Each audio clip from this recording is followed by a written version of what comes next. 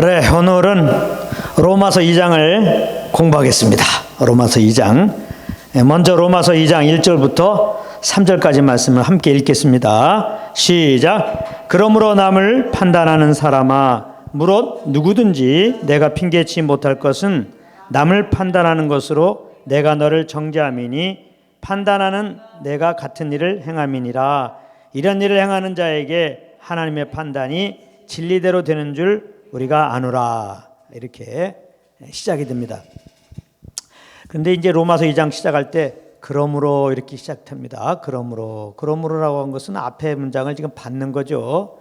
뭐 우리가 다 알다시피 이 성경이 이렇게 이제 기록됐을 때는 뭐 몇 장, 몇 절 이런 게 기록이 안 돼 있죠. 로마서다 그러면 이제 편지잖아요, 편지. 그냥 하나의 편지인데 후세들이 찾기 쉽게 하기 위해서 이렇게 장을 이제 한 거고 또 절을 한 거죠. 그러니까 항상 이 성경은 앞뒤로 이렇게 연결하면서 말씀을 살펴봐야 되는데 2장이라고 그냥 2장부터 읽는 것보다 오늘 같은 경우도 그러므로 남을 판단한 사람아, 그랬으니까 왜 갑자기 남을 판단한 사람아 이게 나왔는가, 이걸 아는 게 중요해요. 그러므로 그랬으니까 그러므로 남을 판단한 사람아. 그래서 그 앞의 내용을 알아야지 갑자기 왜 판단에 대해서 나오나 이것을 우리가 알 수 있는데요. 우리 지난 시간에 로마서 1장 18절부터 22절까지 말씀을 이렇게 보면은 한마디로 뭐예요? 모든 인간은 다 타락했다. 일부 타락한 게 아니라 완전 타락했다. 그것을 우리가 이제 공부했습니다. 근데 이제 완전 타락한 것을 이렇게 알려주면서 그래서 우리 힘으로는 절대로 구원에 이를 수 없으니까 이제 회개하고 예수 믿어라. 이제 이렇게 말하고자 하는 것이죠. 사도 바울 마음속에는. 그래서 아무튼 1장 18절부터 22절까지는 하나님을 떠난 인생들은 완전히 타락해 있다 이 말이에요. 정말 저주 아래, 진노 아래, 사망 아래 있음을 말하고 있는 거예요. 그러므로 남을 판단한 사람아, 이게 무슨 말입니까? 이렇게 하나님을 떠나서 완전 타락한 인생들이 안타깝게도 자기가 이렇게 타락한 자인 것을 몰라. 내가 이런 죄인인 것을 몰라. 그럴 때 나타나는 삶의 모습이 뭐예요? 남을 판단한 것으로 나타난다는 거예요. 내가 죄인인 것을 모르니까 남을 판단해요. 내가 어렵다고 생각하니까 남을 판단한단 말이에요. 그래서 결국은 오늘 2장 1절에 남을 판단하는 것은 결국 그 판단으로 자기를 지금 판단하는 것이다 그러는 거예요. 나도 지금 죄인인데 저 사람이 지금 죄가 있다고 판단하는 거 아니에요. 그 판단으로 지금 내가 나를 판단하는 것이다. 이제 그렇게 말하는 것이에요. 그리고 이제 우리가 착각하는 것은 남을 판단하고 남을 정죄하면 나는 의로운 줄 알아요. 그렇지만은 2절에 하나님의 판단이 진리되는 줄 우리가 아노라. 그렇게 남을 판단하면서 내가 어렵다고 생각하고 남들에게 어렵게 보일런지는 모르지만 하나님은 진리 따라 흔들림 없이 그 법 따라서 판단할 때 그 법에 안 걸릴 사람이 없는 거예요. 이제 그런 말입니다. 그래서 이제 3절에 오면은 내가 하나님의 판단을 피할 줄로 생각하느냐. 모든 사람들은 하나님의 그 심판 아래 있습니다. 아담은 다 죄인이기 때문에 아무리 뭐 내가 어렵다고 여기고 이제 남을 판단해도 하나님은 진리대로 판단하시는 분이기 때문에 그 판단을 이제 면할 자가 아무도 없다. 지금 그걸 말하는 겁니다. 4절부터 10절을 또 같이 읽겠습니다. 시작. 혹 내가 하나님의 인자하심이 너를 인도하여 회개케 하심을 알지 못하여 그의 인자하심과 용납하심과 길이 참으심의 풍성함을 멸시하느뇨. 다만 내 고집과 회개치 아니한 마음을 따라 진노의 날 곧 하나님의 의로우신 판단이 나타나는 그날에 임할 진노를 내게 쌓는도다.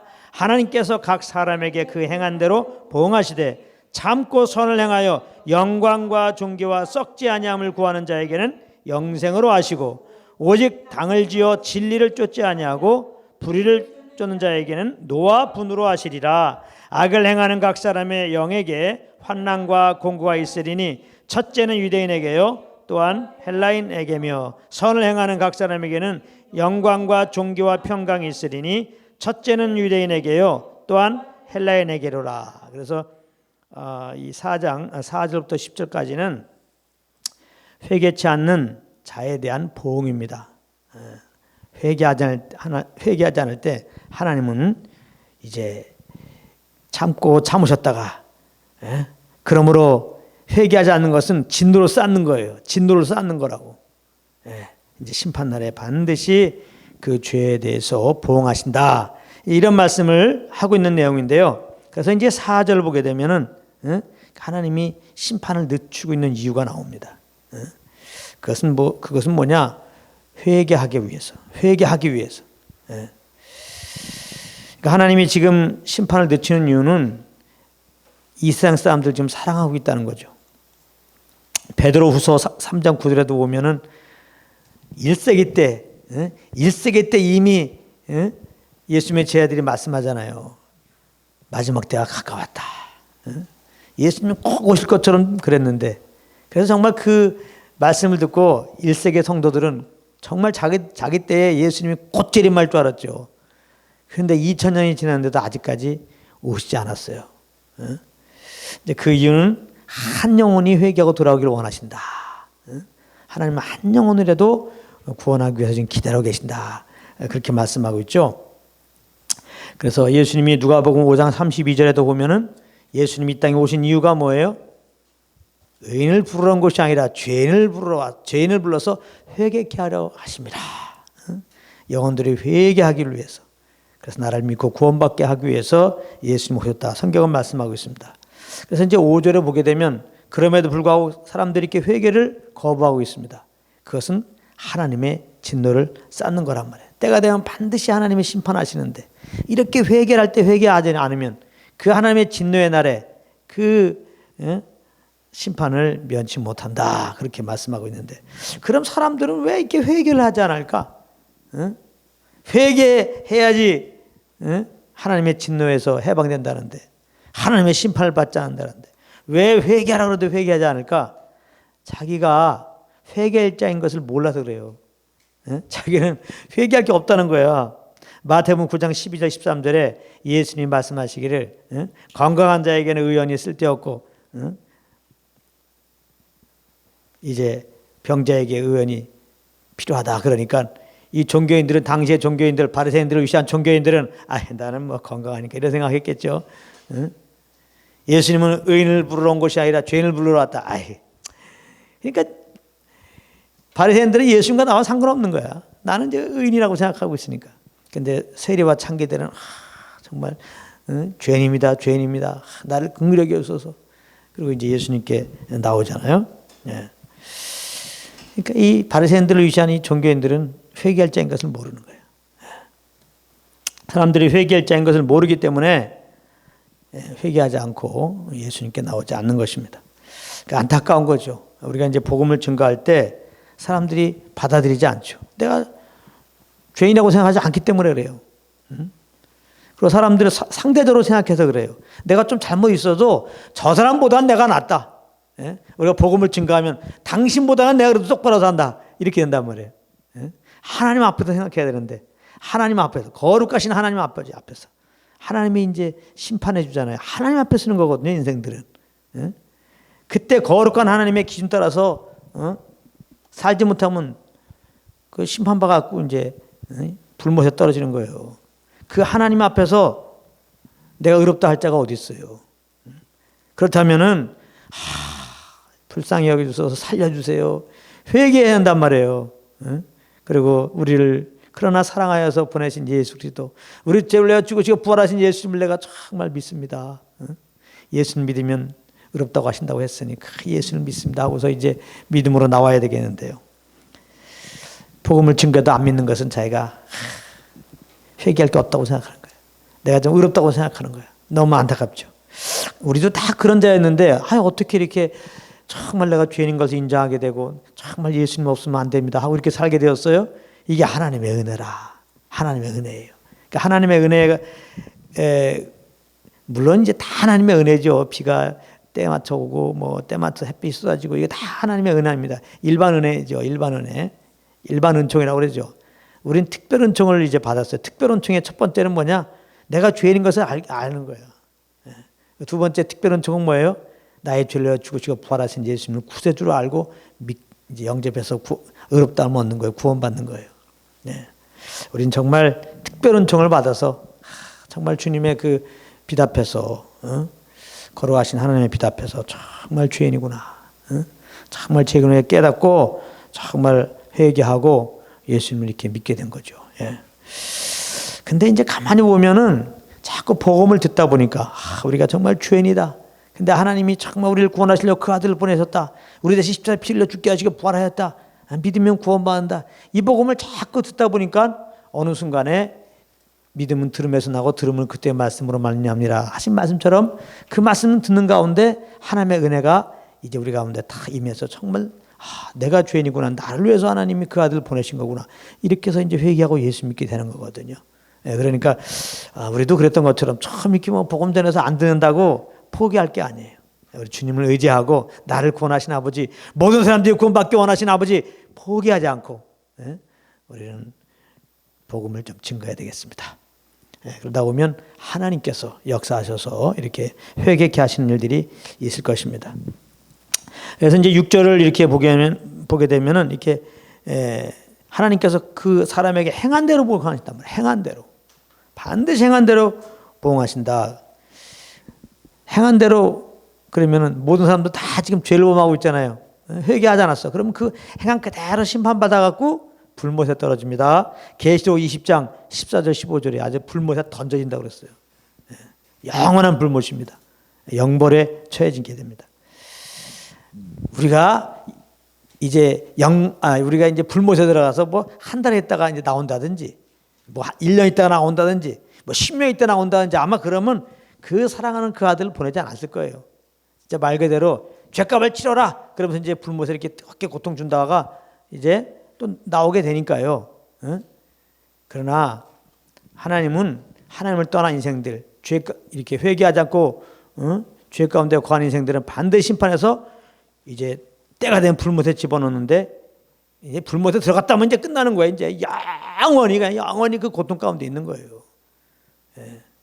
그러나 이제 하나님은 공의로우시기 때문에 이렇게 행한 대로 반드시 보응하지만 또 하나님은 사랑이셔서 창세부터 예비하신 그리스도를 통하여서 구약에는 이렇게 우리를 이제 메시아를 통하여 구한다고 하시고 하나님의 아들이 이렇게 이 땅에 오셔서 우리 죄를 위하여 죽으시고 부활하심으로 구원의 길을 이제 구체적으로 마련되어서 그 예수님을 믿는 자들은 그러나 우리가 죄 용서받고 영원한 생명 얻고 심판에 이르지 아니하고 오히려 영원한 하나님 나라에서 주님과 영생 복락을 누리게 되는 겁니다. 그래서 이 구원의 은혜가 얼마나 큰지 말할 수가 없어요. 자, 우리 이제 7절부터 10절을 이렇게 보게 되면은 이게 참 7절부터 10절을 잘 봐야 됩니다. 왜냐하면 여기 9절에 보게 되면은 악을 행하는 자에게는 이제 뭐 여기 환난 공고가 있고 하나님의 진노가 있다는 거죠. 그렇게 나왔어요. 그럼 뭐 당연하죠. 악을 행했으니까. 그리고 또 회개하지 않았으면 당연히 이제 환난과 있고 공고가 있고 이제 진노가 있고 하나님 심판이 있어야 되겠죠. 그런데 10절 말씀이에요. 선을 행하는 각 사람에게는 영광과 존귀와 평강이 있고 그래요. 선을 행하면 영광과 존귀와 평강이 있다는 겁니다. 7절에 보니까 참고 선을 행하는 자는 영광과 존귀와 썩지 아니함을 구하는 자에게는 영생으로 하시고 선을 행할 때 아주 참고 선을 행할 때 하나님의 칭찬도 있고 영생도 있다는 거예요. 이 말씀 우리가 주의해서 봐야 되는 게 어떤 부분입니까? 영생은 오래 참고 선을 행하면 받는 것처럼 되어 있어요. 그렇죠? 그렇잖아요. 7절 말씀을 보고 또 10절 말씀을 보면 선을 행하면 참고 선을 행하면 하나님께 칭찬받고 영생도 있을 것이다. 이렇게 말했잖아요. 그러니까 우리 생각에 악을 행하면 당연히 그 뭐 공고가 있고 환난이 있고 이제 진노가 있고 하나님 심판 있는 것은 맞는데 이게 선을 행해야 되는 거 아니냐. 정말 예수 믿고 예수 믿는다고 구원받는 게 아니다. 그렇게 구원이 쉬운 게 아니다. 뭔가 구원받은 다음에 선을 행해야 된다. 그렇지 않으면은 구원받지 못한다. 이게 이제 다른 복음이거든요. 다른 복음 전하는 사람들이 아주 이거 인용 잘하죠. 그런데 근본적으로 성경은 예수 그리스도에 대한 거잖아요. 예수 그리스도에 대한 거라는 것은 은혜의 복음이라는 거예요. 성경은요. 하나님 말씀이 복음이란 말이에요. 그러니까 성경 말씀을 볼 때는 이 복음의 관점으로 봐야 되는 거예요. 복음의 안경을 끼고 봐야 되는 거예요. 그렇지 않으면 이렇게 문자적으로 그냥 그대로 해석을 해갖고 앞뒤도 다 안 맞죠. 그러면 이게 막 뒤죽박죽이 되는 겁니다. 말씀들이 해석이 다 우리 입맛에 맞춰지게 되는 거예요. 뭐 천주교 안경 끼면 다 천주교식으로 보는 거고 신천지도 말씀 갖고 해요. 신천지 관점으로 보면 신천지 관점으로 나오는 거고 막 헷갈려요. 다른 복음 관점으로 보면 다른 복음으로 보는 거고 믿음으로만 구원받는 게 아니라 우리의 어떤 선한 행위가 있어야 한다 하고 하는 이 다른 복음 관점으로 보면 뭐 이 말씀은 영락 없이 그냥 이 말씀이 그걸 증명하고 있는 거야. 이렇게 되는 거예요. 그럼 우리는 헷갈리는 거 이게 뭐냐?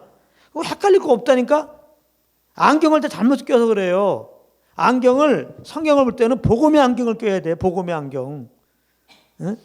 그러면 영생은 어떻게 얻는 거예요? 복음은 십자가에 죽으셔 부활하신 예수를 믿음으로 죄 사함고 영생 얻는 거잖아요. 요한복음 3장 16절에 하나님이 세상을 이처럼 사랑하사 독생자를 주셨으니 누구든지 저를 믿는 자마다 멸망치 않고 무엇을 영생을 얻게 하심이라.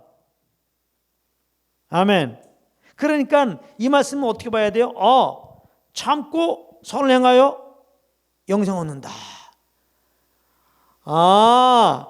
정말 하나님의 은혜로 예수를 믿었더니 하나님이 우리를 의롭다 하시는데 다시 말하면 참고 선을 행한 자로 보시는 거예요. 할렐루야. 이렇게 보는 거예요. 그런데 율법을 다 지키면은 살리라 그랬죠. 레위기 말씀에. 하나님의 그 규례와 법들을 다 지키면 살리라. 이 말은 뭐냐면 율법을 다 지키면 영생을 얻으리라 그 말이에요. 의롭다함을 받으리라 그 말입니다. 근데 우리는 예수 믿음으로 의롭다함 얻었죠. 예수 믿고 영생 얻었죠. 이 말은 뭐예요? 예수 믿는 자들은 율법을 다 지킨 자로 여겨주신다는 거야. 할렐루야. 여기서 혼동이 되면 안 돼요. 그래서 복음입니다.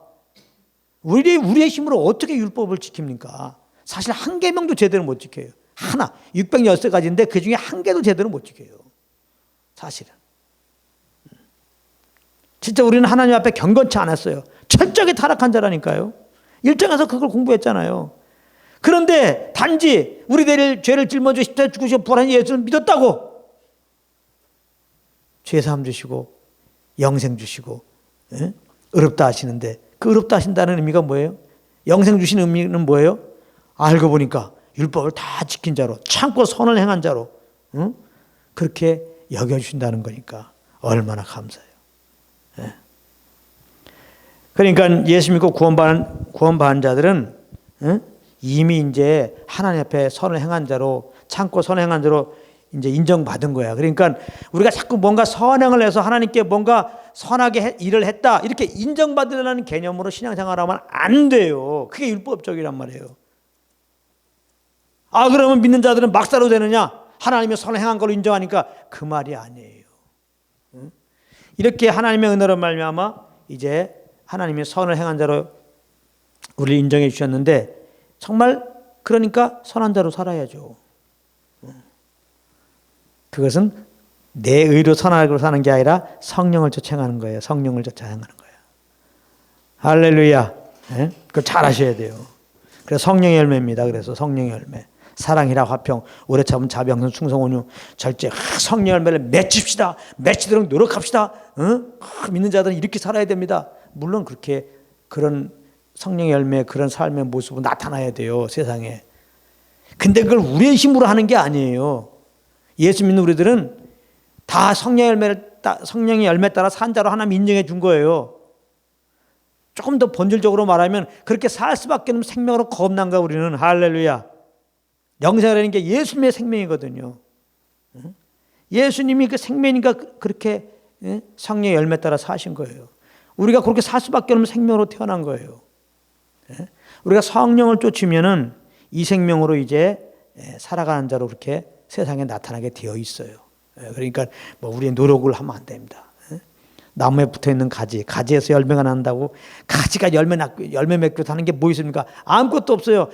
가지가 나무에 그냥 붙어 있으면 절로 열매를 맺나니 이거 알아셔야 돼요. 절로 열매를 맺나니 이제 예수 믿고 구원받는 우리들은 예수님의 생명을 가진 우리들은 예수님이 사신 것 같은 그런 삶을 살 수밖에 없는 우리들은 이제 성령만 쫓아 행하면 그저 성령만 쫓아 행하면 이렇게 보면 어느덧 이제 예수님 이 땅에 사신 것과 같은 성령 열매들이 우리 삶 가운데 나타나는 것입니다. 이건 조금 더 이제 우리가 이해하기 좋게 요한복음 5장으로 갑니다. 요한복음 5장 24절에 보면은 내가 진실로 진실로 너에게 이르노니 내 말을 듣고 또 나 보내신 이를 믿는 자는 영생을 얻었고, 이거 봐, 뭐한 자는 예수 믿는 자는 영생을 얻단 말이에요. 심판에 이르지 않으니 사망의 생명으로 옮겼느니라. 분명히 예수 믿으면 영생 얻었고 심판에 이르지 않고 생명으로 옮긴단 말이에요. 그런데 29절에 보면 우리가 이 로마서 그 7절에서 10절 말씀과 아주 비슷한 게 있어요. 로마서 5장 29절에 선한 일을 행한 자는 생명의 부활로 나타나고 악한 일을 행한 자는 심판의 부활로 나타나리라. 뭐 심판의 부활 그러니까 믿는 자가 부활하냐 그러는데 한번 죽지만 다시 이렇게 영원히 죽지 않아요. 모든 사람은 다시 그 영혼이 하나님 앞에 심판주 되신 하나님께 다 설 날이 있습니다. 안 믿고 죽은 사람도 그런 의미에서 이제 부활이죠. 물론 우리 예수 믿는 자들은 이제 예수님 오실 때 신령한 몸으로 바뀌어서 이제 몸의 완전한 구속을 받고 예수님 만나 뵙죠. 생명의 부활로. 그러니까 선한 일을 행한 자는 생명의 부활로. 그러니까 생명 얻는 자는 생명의 부활로 나오게 돼 있는 거예요. 근데 어떤 자가 생명을 얻어요? 선한 일을 행한 자는. 선한 일을 행한 자는 생명 얻는단 말이에요. 그래서 생명의 부활로 나타난다는 거예요. 선을 행한 자는. 그러니까 헷갈리지 말란 말이에요. 이제 이런 말씀을. 선한 일을 해야 되는구나. 우리가 예수 믿고 내 의로 뭔가 좋은 일을 해야 되는구나. 그래야 생명의 부활로 나타나는구나. 구원받는구나. 이렇게 하면 안 된다 이 말이에요. 이미 24절에 나 보내신 이를 믿는 자는 영생을 얻었고, 믿는 자는 영생을 얻는 거란 말이에요. 그러니까 이걸 이 복음의 한쪽으로 봐야지. 예수 믿는 자는 선한 일을 행한 자로 여겨주시는구나. 그리고 정말 선한 열매를 맺을 수밖에 없는 그 생명으로 태어났기 때문에 이제 우리가 예수 믿고 이제 선하게 여겨주신 주님, 또 선하게 살 수밖에 없도록 새롭게 한 주님을 믿고 그렇게 그런 삶을 나타나게 하신 성령만 쫓아가면 되는 거예요.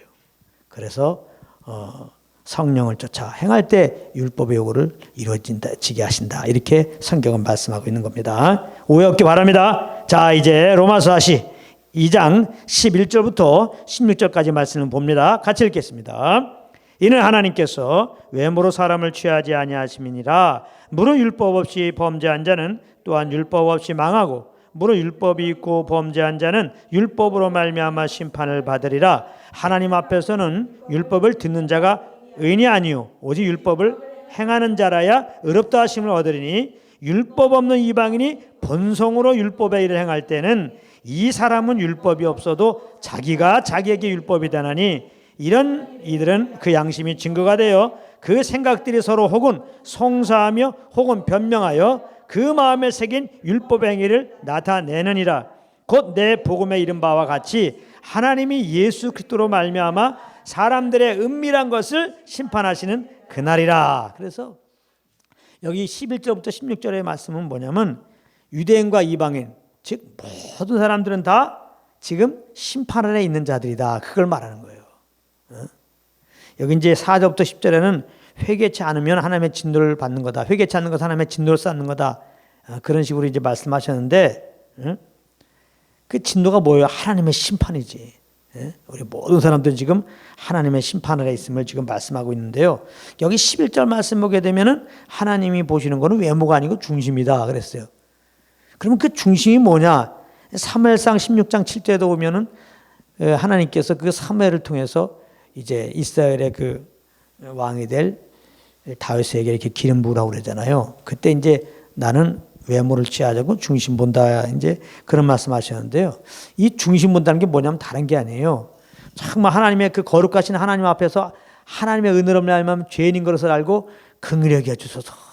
긍휼히 여겨 주소서. 이런 자를 보신다는 거죠. 하나님은. 그래서 정말 그리스도를 믿고 있느냐, 회개하고 정말 그리스도를 믿고 있느냐, 그리스도가 아니면 나는 정말 죽어 마땅한 자입니다. 이런 고백이 있느냐. 바리새인들과 세리들의 그런 창기, 세리들의 그런 비유에 나오는 그 죄인들처럼 말이죠. 불쌍히 여기셨어. 불쌍히 여기셨어.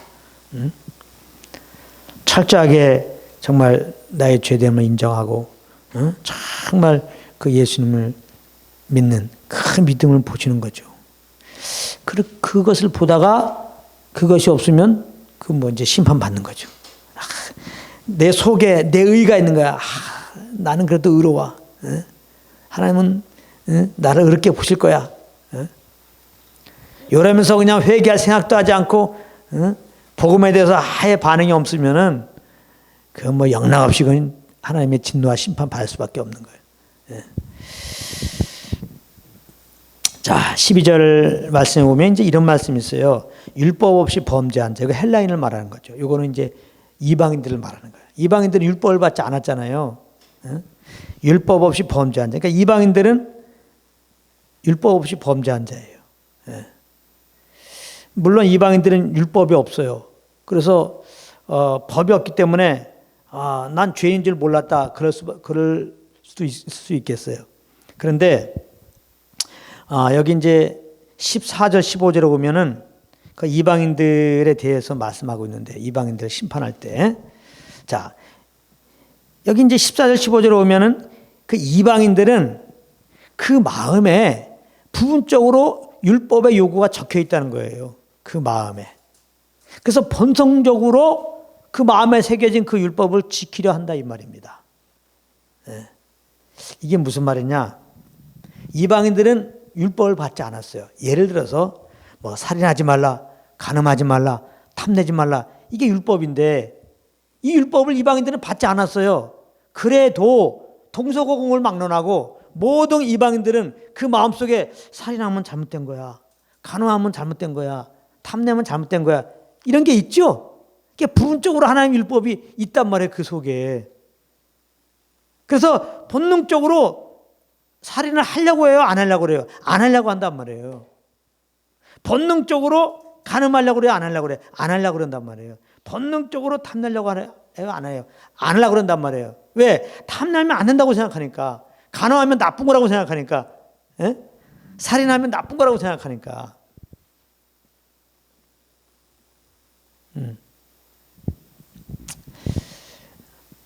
그래서 그 마음에 율법의 일부분이 지금 있단 말이에요. 그 이방인들은. 난 법이 있는지 몰랐는데요. 그래서 막 살았어요. 법만 줘보세요. 내가 이렇게 막 사나. 근데 하나님 말씀하는 거야. 너희 마음에 율법의 그 부분적인 율법의 요구가 좀 있었거든. 할 말이 없다는 거야. 왜? 15절에 14절이 그런지는 그 양심이 증가하고 있단 말이야. 우리 속에. 사람들은 다 양심 있잖아. 양심이 증가한단 말이야. 양심이. 예? 이 살인하지 말아야 되는데, 간음하지 말아야 되는데, 탐내지 말아야 되는데, 근데 이렇게 알지만은 사실은 어떤 경우는 살인하죠. 성경에 보면은 미워하는 게 살인이라고 그랬으니까요. 예? 간음하죠. 여인 보고 음욕을 품어도 간음이라고 그랬으니까. 탐내지요. 예? 탐을 낸단 말이에요. 이런 걸 이렇게 하면 잘못된 거를 알아요. 마음속에 이방인들도. 예? 이게 성문화된 율법은 안 받았지만은 그 마음에 이런 법들이 이런 율법 요구가 일부분 이 마음에 있기 때문에 이러면 안 되는 걸 알아. 근데 그렇게 행하죠. 그렇기 때문에 양심이 증가한다는 거예요. 우리 마음판에 율법 일부분 적혀 있다는 게. 양심이라고 하는 것은 이게 사법부거든요. 사법부. 사법부는 법 따라 살았냐 안 살았냐 그거를 지적해 주는 거 아니겠어요? 우리 마음판에 하나님이 이게 새겨준 그 율법의 일부분의 그 요구 이것 따라 살았냐 안 살았냐 양심이 증가한단 말이에요. 양심이. 이게 살인하지 말아야 되는데 누굴 미워했어. 양심이 걸린단 말이에요. 그 양심에 걸리는 게 뭐예요? 그게 이제 하나님의 그 마음에 하나님의 율법이 지금 있단 말이에요. 그게 일부분. 그렇죠?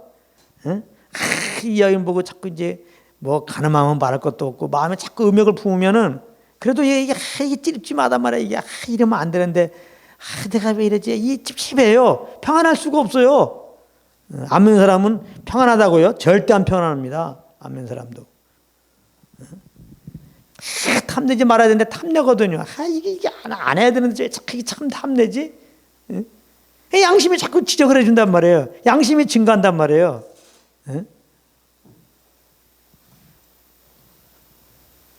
율법이 없다고 이방인들이 그러면 편하게 삽니까? 법이 없으니까. 뭐 법이 있어야 죄가 죄로 이렇게 드러날 텐데 법이 없으니까 그러면 마음대로 죄를 져도 된단 말인가? 아니에요. 이방인들이 성문화된 율법은 안 받았지만 그 마음에 하나님 율법의 어느 부분들이 기록되어 있어요. 적혀 있다고.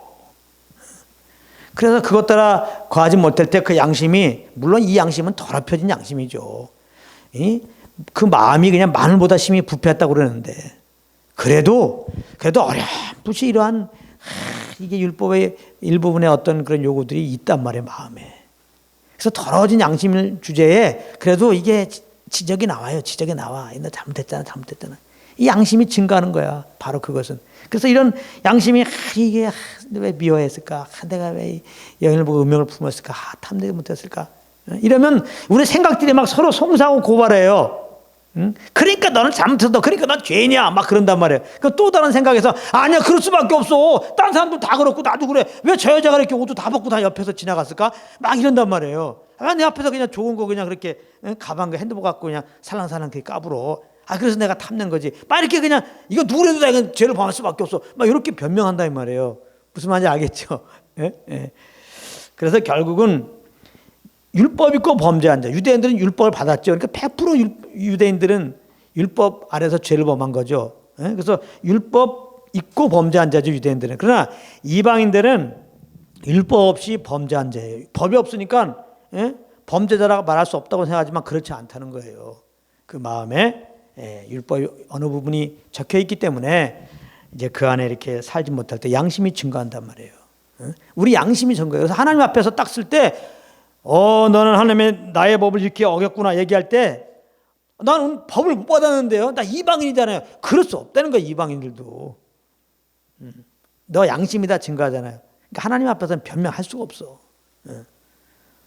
또 더군다나 이거 여기 어디예요? 하나님이시라고요? 나 하나님이 있는지도 몰랐어요. 이렇지 못한다 그랬죠. 1장에서는. 너의 마음에 지금 내가 있는 거를 알려줬지. 내가 있다는 걸 알려줬지. 내가 존재한다는 걸 알려줬지. 온 우주 만물 속에 나의 능력과 신성이 들어있어서 내가 존재한다는 것을 다 알려줬지. 그렇기 때문에 할 말이 없다는 거야. 핑계할 수 없다는 거야. 하나님 아버지 앞에 서면은 유대인은 말할 것도 없고 이방인들도 할 말이 없다. 절대 핑계할 수 없다는 거예요. 그 행한 대로 보응을 그대로 받아야 한다는 거예요. 아시겠죠? 그러니까 여기 오면 16절에 이제 심판하는 그날인데 어떻게 심판해? 심판의 기준은 뭐예요? 내 복이란 말이에요. 내 복음. 내 복음에 이른 것 같이. 사도 바울이 내 복음이라고 그랬는데 이 내 복음이라는 의미는 뭐예요? 하나님의 은혜 복음이죠. 이 하나님의 은혜 복음을 하나님의 계시로 갈라디아서 1장에 사도 바울이 받았다 그랬어요. 사람한테 받은 것도 아니고 자기 뭐 뜻 따라 생각 따라 이 만들어내 고안해낸 어떤 교리가 아니란 말이에요.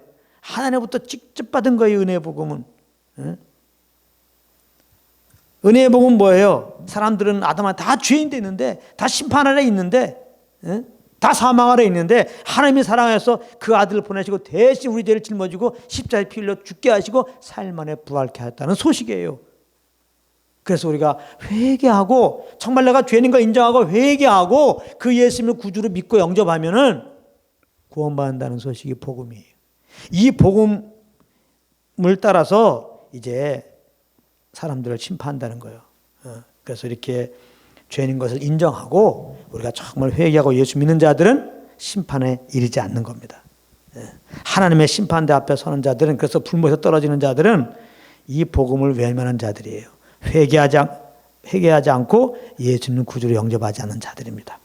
하나님이 예수 그리스도로 말미암아 사람들의 은밀한 것을 심판하는 것이니라 그랬어요. 그래서 예수님이 초림 때는 우리를 이제 구원하시려고, 우리를 회개케 하시려고, 우리를 구원하시려고 이 땅에 오셔서 그렇게 멸치천대 받고 결국은 죽으셨지만은 재림하시는 예수는 그렇잖아요. 심판의 주님이십니다. 이렇게 지금 기다리고 있어요. 회개하고 지금 나에게 돌아오도록. 안 돌아온 자들은 그 쌓은 진노를 예수님 재림 때 그대로 맞이하게 될 겁니다. 그 진노가 얼마나 크겠느냐 성경은 여러 곳에서 말씀하고 있습니다. 꼭 회개하고 예수 믿으라고 그래서 말씀하고 있습니다. 자, 그 다음에 이제 11절부터 17절부터 24절까지 말씀을 또 우리 한번 또 읽어보겠습니다. 시작. 유대인이라 칭하는 데가 율법을 의지하며 하나님을 자랑하며 율법의 교훈을 받아 하나님의 뜻을 알고 지극히 선한 것을 좋게 여기며 내가 율법에 있는 지식과 진리의 규모를 가진 자로서 소경의 길을 인도하는 자요 어둠에 있는 자의 빛이요 어리석은 자의 훈도요 어린아이의 선생이라고 스스로 믿으니 그러면 다른 사람을 가르치는 내가 내 자신을 가르치지 아니하느냐? 도둑질 말라 반포하는 내가 도둑질하느냐? 간음하지 말라 말하는 내가 간음하느냐? 우상을 가증히 여기는 내가 신사한 물건을 도둑질하느냐? 율법을 자랑하는 내가 율법을 범함으로 하나님을 욕되게 하느냐? 기록된 바 이와 같이 하나님의 이름이 너희로 인하여 이방인 중에서 모독을 받는도다. 그래서 이제 이 17절부터 24절까지 말씀은 그 스스로 의롭다 여기는 유대인들을 지금 폭로하고 있는 내용이에요. 유대인들은 율법을 가지고 있다고 나름대로 율법을 지키는 그런 행위를 한다고 이방인들이 없는 율법을 가지고 있다고 이방인들 앞에서 굉장히 자랑을 합니다. 우리는 율법을 가지고 있다. 우리는 율법을 잘 알고 있다. 우리는 열심히 율법을 지키고 있다. 우리야말로 율법의 선생이다. 이렇게 자랑하고 있단 말이에요. 그것이 아무 의미가 없다는 걸 지금 말씀하고 있는 거예요. 그러니까 17절부터 20절까지 말씀이거든요. 17절부터 19절에는 율법을 잘 알고 지금 자기들은 그 율법을 지금 지키고 있다고 지금 그렇게 여기고 있는 유대인들을 지금 폭로하는 내용이고요. 그 다음에 19절부터 20절에는 그러므로 자기들이 율법의 선생이라는 거야. 자기들은 넉넉히 율법의 선생이 될 수 있다는 거야. 그런 이제 착각하고 있는 것을 지금 이렇게 말할 때 21절부터 24절에는 야 율법을 아는 거 율법을 그래서 자꾸 듣고 율법을 알고 그걸 지키려고 하는 그런 모습들 그 다음에 율법을 가리키는 거 이런 게 중요한 게 아니다. 너가 그래서 율법을 알았는데 들었는데 지키려고 노력했는데 정말 지켰냐? 율법을 니네들이 가르치는데 정말 율법을 가르쳤느냐? 도둑질 하지 말라고 그랬는데 너는 정말 도둑질 안 했니? 간음하지 말라고 그랬는데 간음하지 않았니? 그렇게 말하는 거예요. 그러니까 너희들이 율법을 지금 어기고 있으면서 율법을 안다, 율법을 지키고 있다, 율법을 우리가 선생이다. 그런 건 의미가 없다는 거다. 내가 그냥 율법을 이렇게 자랑하는 너희들, 율법을 범하면 너희들은 하나님을 욕되게 하는 거다.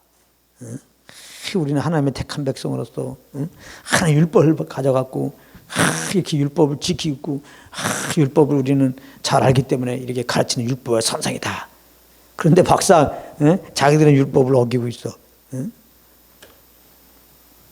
하나님의 이름을 더럽히는 거다. 지금 그렇게 말하는 거예요. 그러니까 유대인의 실상은 자기 죄를 보지 못하는 사실 소경이었던 것이죠. 그래서 너희들은 결국은 소용된 자로서 사람들을 소용되게 하고 그렇게 지금 지옥으로 인도하고 있다. 이제 그런 말이죠. 요한복음 9장 39절 41절 또 마태복음 23장 17절 24절에서 동일한 의미의 말씀을 하고 있는 겁니다. 그래서 예수님이 그 바리새인들에게 그랬잖아요. 마태복음 23장에 보게 되면 소용된 자들이 그냥 니네들이 다 소경 만들고 지금 이렇게 어둠으로 이끌어간다고 말씀하고 있습니다. 자, 그러면 이제 근데 이제 여기서 우리가 이제 다음 시간에 공부하겠지만 로마서 3장으로 하게 되면 로마서 3장 20절에 율법으로는 율법을 지켜서 의롭다는 사람이 없어요. 그러니까 율법은 그걸 왜 줬냐? 지키지 못할 법인데. 그러니까 죄를 깨닫게 하시려고 준 거예요. 죄를. 근데 유대인들은 그걸 모르고 그냥 율법을 좀 지키려고 하고 있단 말이에요. 그 율법을 지키려고 하는 그 순간에 나의 죄를 바라보지 못해요. 그리고 늘 말하지만 율법을 지키려고 한 맹점이 뭐냐면은 율법의 행위 가운데 딱 거하게 되면 몇 계명을 딱 지키면 자기는 다 지킨 것 같이 의롭다고 생각한단 말이에요. 이렇게. 남을 이렇게 사정없이 정죄해버려요. 예. 그러니까 이렇게 이제 로마 교회 가운데도 이방인들이 있지만 또 일부는 유대인들이 있었단 말이에요. 그 유대인들이 율법주의에서 벗어나지 못하고 있단 말이에요.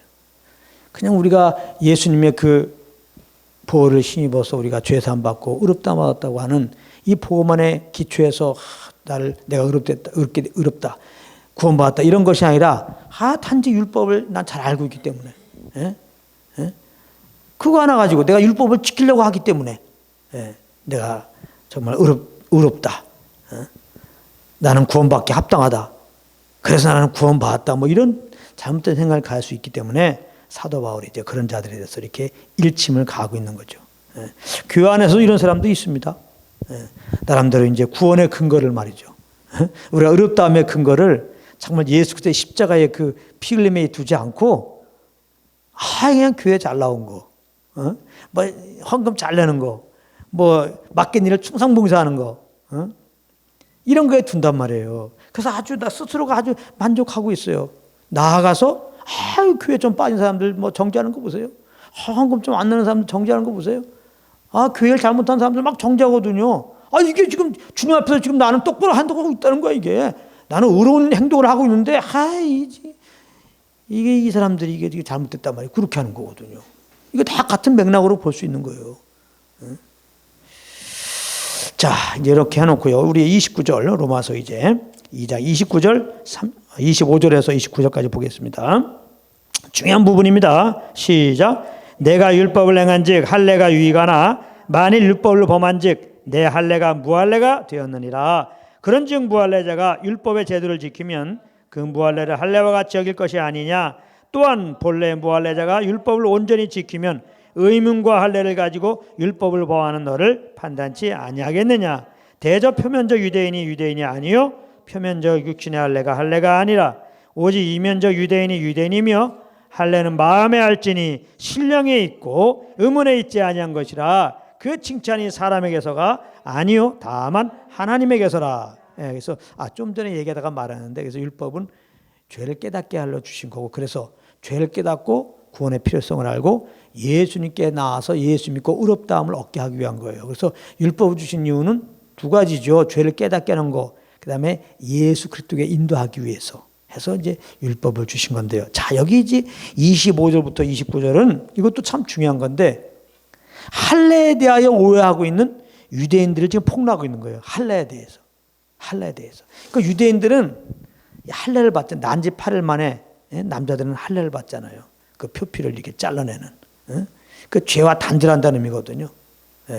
그 할례 의식을 행합니다. 그래서 할례 받은 걸 굉장히 아주 자랑으로 여기는데 얼마큼 이들이 오해하고 있냐면, 이 유대인들은 이 바울 당시에 이 할례를 받아야지 의롭다함을 얻을 수 있다.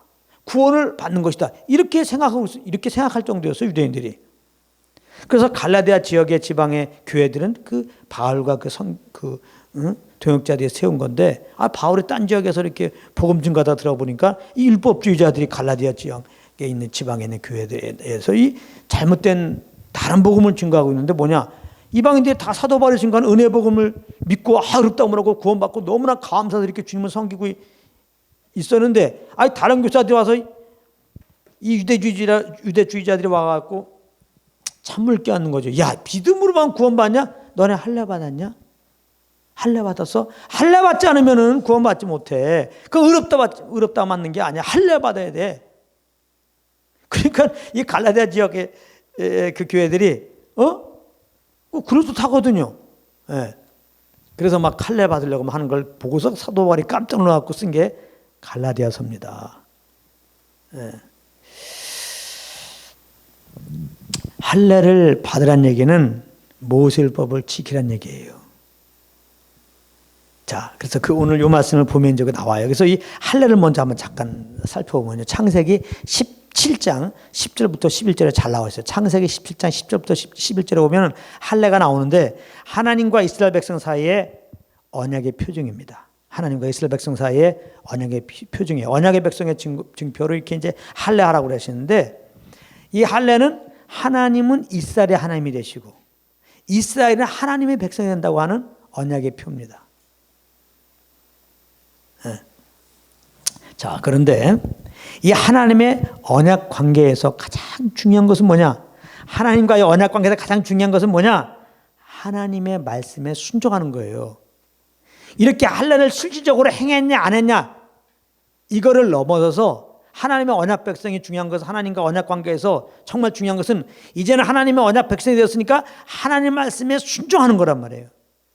그렇기 때문에 하나님의 언약 백성으로서 하나님께 순종하지 않으면 하나님의 언약 백성의 징표로서 할례를 했어도 이게 의미가 없다는 거예요. 이 할례한 게 의미가 있으려면 하나님의 언약 백성으로서 하나님 말씀에 순종해야 한단 말이에요. 하나님의 말씀은 율법을 말하는 거죠. 아시겠어요?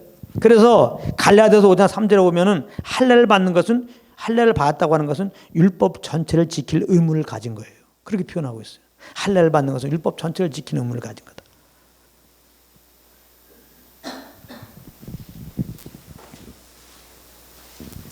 만일 율법을 어기면 하나님과의 언약을 파기하는 행위가 되는 거예요. 할례만 딱 받았다고 하나님 언약 백성으로서 그 구원이 보장되는 게 아니라는 거예요. 근데 유대인들은 그렇게 알고 있는 거야. 겉으로 그냥 의식, 남자의 그 표피를 잘라내는 거, 이건 상징적으로 죄와 단절이거든요. 죄를 끊는 걸 말하는 거거든요. 세상을 끊는 걸 말하는 거라고. 거룩한 하나님을 쫓는 걸 말하는 거라고요. 하나님의 말씀에 순복하며 사는 걸 말하는 거라고.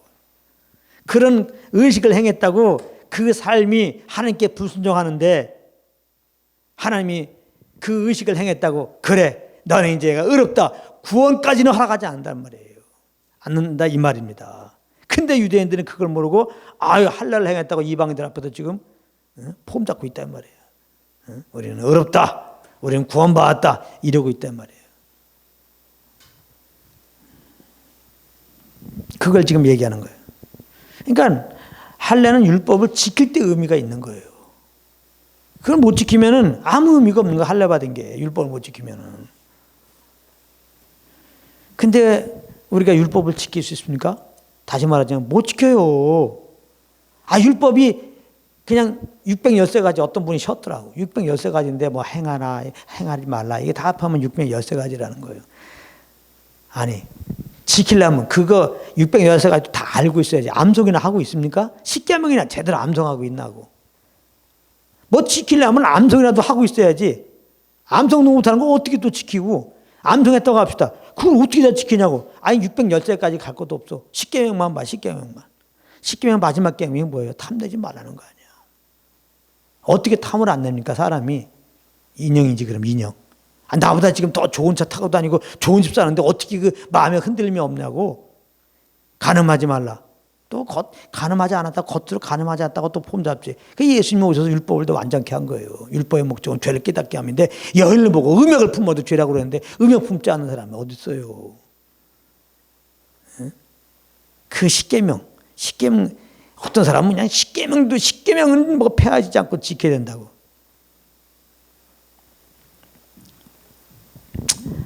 예수님이 십자가에서 죽으심으로 이제 율법이 다 폐하해진 겁니다. 율법이 마침이 되신 거예요. 율법으로는 우리가 의롭다함을 얻을 수가 없어요. 율법의 행위로는. 이제 율법의 행위로 의롭다함을 얻으려면 그리스도와 멀어지고 그 은혜에서 떨어지게 된다니까요. 그런데도 여전히 율법을 지켜야 된다. 율법을 지켜야 된다. 그래요. 우리 믿는 자들은 그 율법에 요구된 그런 삶으로 나타나야 돼요. 세상에. 예수 믿고 구원받은 다음에 갑자기 철인이 된 게 아닙니다. 많은 사람들이 예수 믿고 구원받았으니까 율법을 지킬 수 있다는 거예요. 성령의 능력 받으면 지킬 수 있다는 거예요. 여러분들 성령 능력 받으면 지킬 수 있어요? 여러분들 기도원 가서 막 불 받으면 성령 율법을 막 지켜지냐고. 응? 성령의 능력 받으면 여러분들은 음란한 생각을 안 해? 막 탐나는 생각을 안 가죠? 그렇게 전하는 목사님들은 과연 지킬 수 있습니까? 안 된다니까요. 그러니까 잘 하셔야 돼요. 그래서 영을 쫓아가는 자에게 율법을 이루어진다고 말씀하셨잖아요. 우리 안에 성령이 오신 이유가 여기에 있어요. 예수를 통하여 우리를 죄에서 구원하시고 하나님의 자녀 삼아주시고 이 땅에서 아들답게 살아야 되는데 우리 힘으로는 안 된단 말이에요. 그러니까 성령님 오셔서 우리를 이끌어 가시는 거예요. 그래서 성령께 주시는 음성에 순종하면 그 소감 따라 움직이면 율법의 요구를 이루어지게 하신다고 그랬잖아요. 할렐루야. 율법의 요구가 뭐예요? 613가지 죄를 지키라는 거예요. 근데 못 지키죠? 율법을 범한 자에게 율법의 요구는 뭐예요? 죽어라 이 말이에요. 죽어라. 사망을 요구해요. 근데 예수님은 율법 요구를 다 지킨 분이에요. 그리고 이제 사망당한 우리들을 구원하기 위해서 우리 죄를 짊어지고 대신 십자가에서 죽으셨어요. 율법 요구를 다 이루셨단 말이에요. 우리의 대신해서. 우리는 그 예수 그리스도를 힘입어서 이제는 의롭다움을 얻은 거예요. 우리가 이제는 그 율법 요구로 삶을 사는 것은 또 뭐예요? 구원받은 자들이 성령을 쫓아가는 거예요. 이제는 할렐루야. 성령을 쫓아가는 거예요. 그러니까 성령을 쫓아가면 율법 요구를 이루는 거예요. 사실 율법을 꽉꽉 짜면 뭐예요? 하나님을 사랑하고 이웃을 사랑하는 거예요. 더 꽉 짜면 뭐예요? 형제를 사랑하는 거예요. 주님의 사랑으로 형제를 사랑하는 거예요. 우리가 어떻게 형제를 내 몸같이 사랑합니까? 내 몸도 나를 못 사랑하는데 조금 기억력이 형원홍화라면 아유 그냥 기억도 없고 말이야. 내가 늙어가지고 늙어 빠져가지고 이러잖아 지금.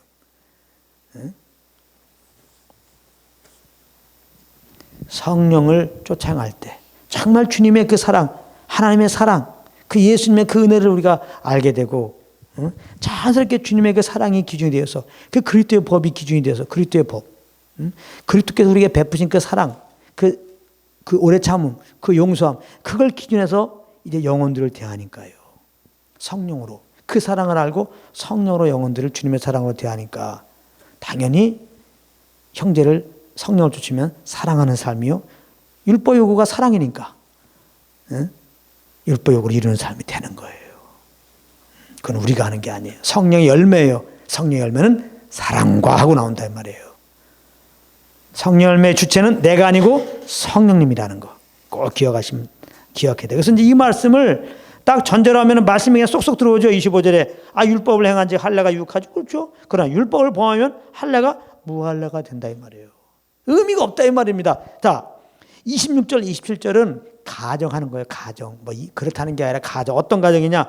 무할례자가 할례 받지 않았어요. 이방인들이 율법의 제도를 지키면 이건 가정이 될 수가 없어요.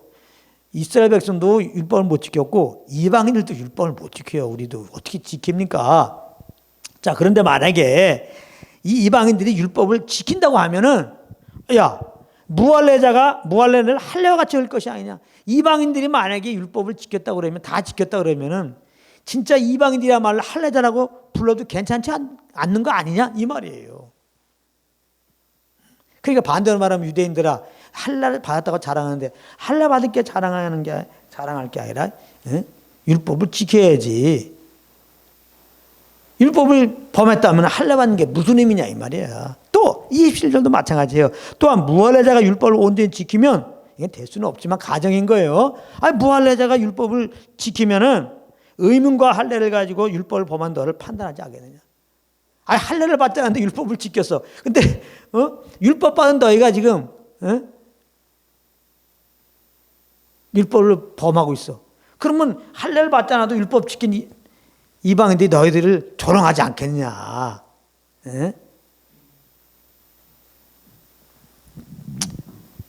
물론 이제 이방인들이 지킬 수 없죠. 그리고 유대인들도 율법을 못 지키죠. 그러니까 지금 할례를 내가 지금 받았다고 자랑할 게 없다는 거예요 지금. 그러면서 28절에 대자 표면적 유대인이 아니요 표면적 육신의 할례가 아니다. 그렇죠? 혈통적 유대인이 아니란 말이에요. 아브라함의 자손이라고 아브라함의 자손이 아니란 말이에요. 할례 받았다고 다 할례자가 아니라는 거예요. 그러니까 이면적 유대인이란 말이에요. 그러니까 진짜 아브라함의 자손은 뭐예요? 약속의 자손이 아브라함의 자손이지.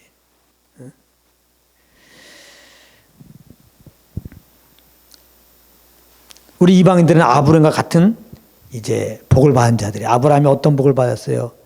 믿음으로 의롭다함을 얻는 복을 받았어요. 이면적 유대인은 누구냐? 하나님을 따라 예수를 믿은 자들, 물과 성령으로 거듭난 자들, 할렐루야, 하나님께 의롭다함을 얻은 자들, 그런 자들이 정말 참 유대인이 아니겠느냐 그 말이에요. 마찬가지로 할례도 말이에요. 할례가 마음에 할례하는 거래. 겉으로만 할례하는 게 의미가 없단 말이에요. 율법을 범하고. 의문에 있는 게 아니야. 이제는 신령에 있고 영으로 마음의 할례를 받아야 돼요. 영으로 마음으로 할례 받는다는 게 뭐예요? 물과 성령으로 겁나는 걸 말하는 거예요. 우리가 성령으로 말미암아 회개하고 성령으로 말미암아 예수를 구주로 믿고 고백하면 겁나요. 새 사람이 돼요. 새 영이 돼요. 그게 마음의 할례를 받은 거예요. 겁난 게 할례를 받은 거예요. 완전히 겁난 자들은 예수와 함께 옛사람이 죽어버린 거거든요. 할례할 때 그 남자의 중요 부분 그 표피를 잘라내잖아요. 죄와 단절이거든요. 예수 믿으면 사실은 죄의 종로라는 옛사람은 죽었거든요. 그리고 예수님의 그 부활의 생명으로 새 생명으로 겁난 거예요. 그 의로운 생명으로, 거룩한 생명으로 우리가 의와 진리의 걸어가심을 따라 새롭게 된 거예요. 우리는요. 새 사람이 된 거예요. 그리스도 안에 새로운 피조물 된 거예요. 예수 믿는 자들은 성령으로 완전히 그 마음에 할례 받은 자들, 겁난 자들이에요. 그러므로 예수 믿는 자들이 참 할례자다, 할례당이다. 빌립보서 3장 3절에 말씀하고 있잖아요. 그러니까 이렇게 할례 받았다고 이제 어렵다고 생각한 유대인들에게 지금 그게 아니야. 할례 받는 게 중요한 거다. 중요한 게 아니다. 그러면 모세율법을 지켜야 되는데 뭘 지키지 않느냐? 그러니까 너희들은 잘할 게 없고 다 죄인인 거를 알아야 된다. 죄인인 거를 지금 그걸 말하는 게 1장에도 죄인인 걸 말하는 거, 2장에도 조금 더 구체적으로 죄인인 걸 말하는 거예요, 지금. 그러니까 이제 이면적 유대인이 유대인이고 이면적 아니야. 마음에 할례 받는 게 진짜 할례 받은 거니까. 이것은 다른 것이 아니라 우리는 다 죄인이니까 자꾸 의를 드러내지 말고 회개하고 십자가에 죽으시고 부활하신 예수님을 믿고 구원받아라, 건나라, 마음의 할례 받아라. 이거 진짜 약속의 자녀다. 이게 진짜 하나님의 백성이다. 할렐루야. 지금 그렇게 말씀하는 거예요. 그래서 이제 다음 주에 3장 할 텐데 3장은 그래서 정말 이제 우리가 어떻게 이런 죄인이었는데 의롭다함을 얻느냐. 이방인들은 율법 없는 범죄자고 유대인들은 율법 가진 범죄자인데 어떻게 그럼 우리들이 이 의롭다함을 얻었냐. 이제 오늘 말씀되어 있었지만 답은 뭐예요? 믿음으로 의롭다함을 얻는다. 이제 이런 부분들이 이제 3장에 나오겠으니까 우리 좀 기대하면서 다음 주를 기대하면서 우리 마치겠습니다. 여기까지 하겠습니다.